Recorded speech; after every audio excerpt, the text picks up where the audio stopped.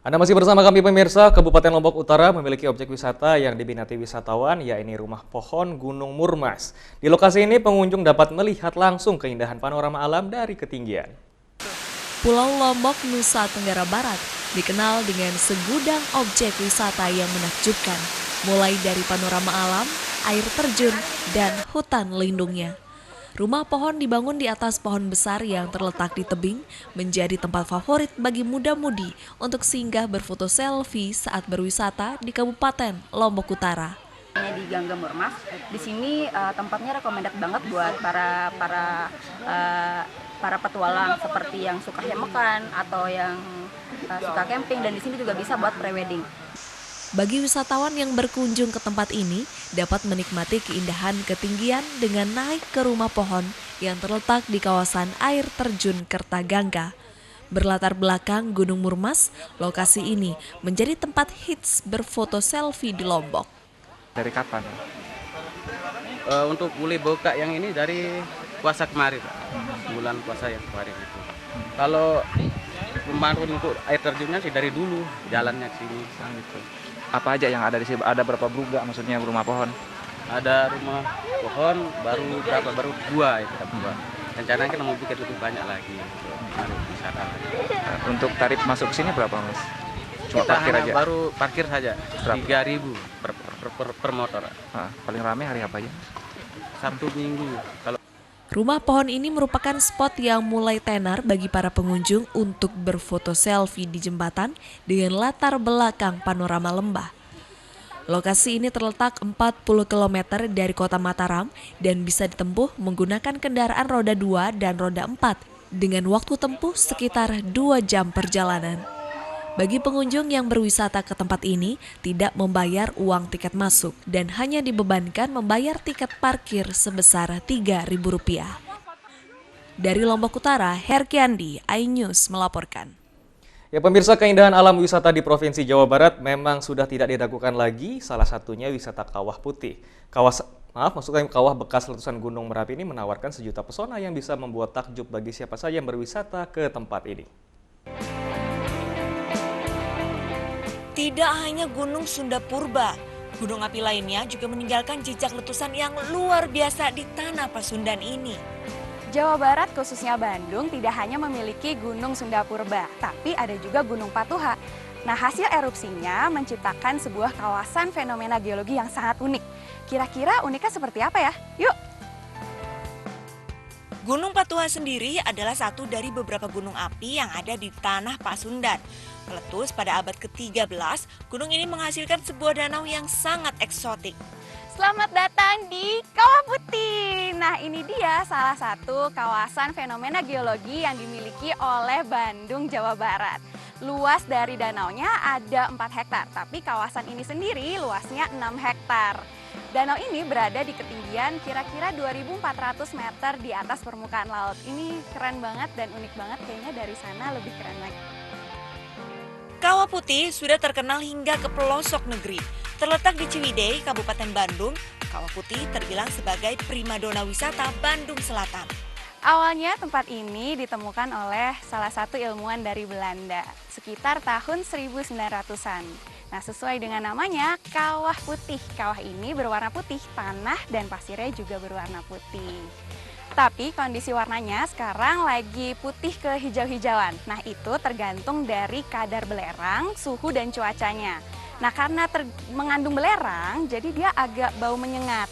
Jadi kalau ada pengunjung yang datang ke sini dianjurkan memakai masker dan maksimal hanya 15 menit aja.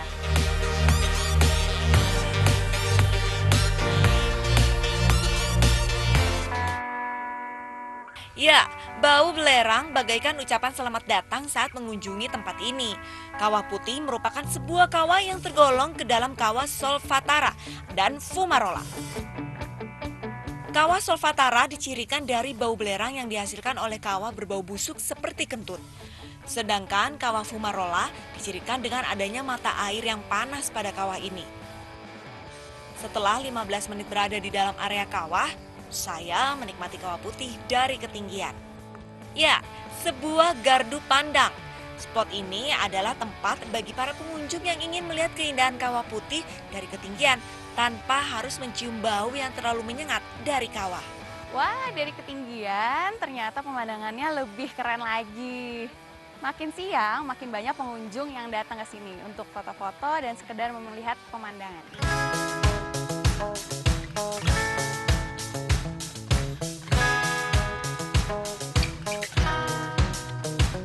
Selain geodiversity, sebuah tempat harus memiliki unsur cultural diversity dan biodiversity untuk dimasukkan ke dalam taman bumi atau geopark.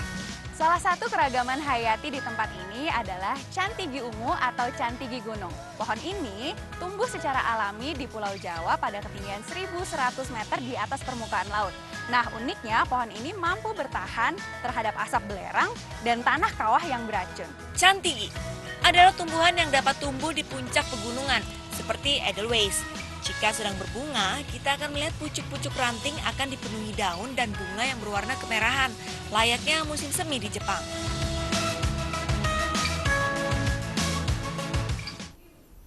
Ya, pemirsa, bagi pecinta kopi, Anda harus mencoba kopi Arabica jenis Yellow Caturra Manggarai NTB. Dan kopi jenis ini tengah menjadi perhatian dunia karena memiliki aroma dan cita rasa yang khas, serta varietas kopi ini terbilang unik dan langka.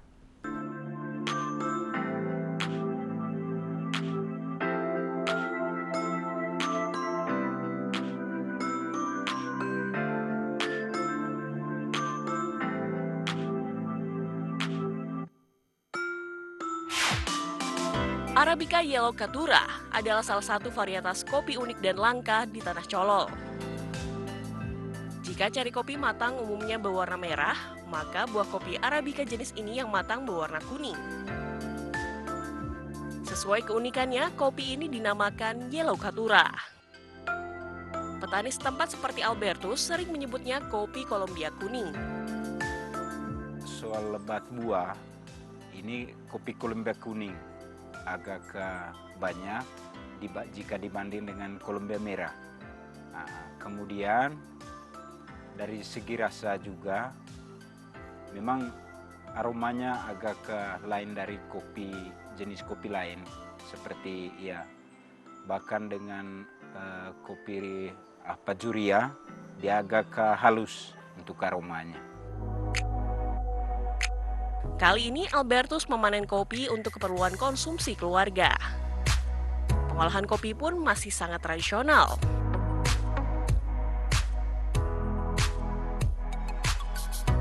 Ada perbedaan di situ. Kenapa kita di sini tidak suka dengan yang pakai mesin itu? Karena aromanya kurang begitu enak. Kemudian tepungnya kurang halus yang pakai mesin itu. Sedangkan yang yang biasa kami tumbuk ini aromanya cukup bagus. Usai ditumbuk, biji kopi dicuci bersih dari kulit buahnya. Kemudian difermentasi selama semalam dan kembali dicuci bersih keesokan harinya. Dengan menggunakan tungku kayu bakar, biji kopi yang telah kering disangrai sampai matang. Kali ini, istri Albertus, Cecilia, yang bertugas menyangrai biji kopi. Warga Colol biasa menyangrai kopi hingga berwarna coklat gelap kehitaman. Di lidah mereka, kopi yang disangrai medium to dark roast bercita rasa tebal dan kuat. Masyarakat Colol pantang membeli kopi bubuk kemasan.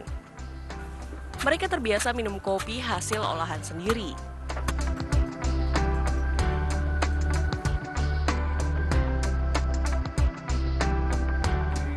Minum kopi tanpa gula merupakan salah satu tradisi orang Colol.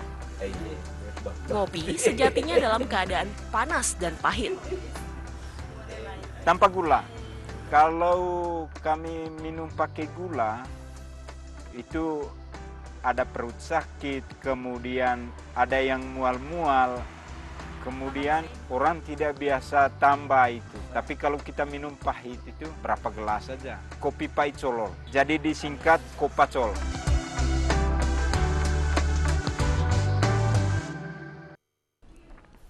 Ya, pemirsa, serangkaian informasi tadi sekaligus menutup perjumpaan kita di iNews NTB kali ini. Saya Hidayat Adiasi berserta kru yang bertugas pamit dan sampai jumpa.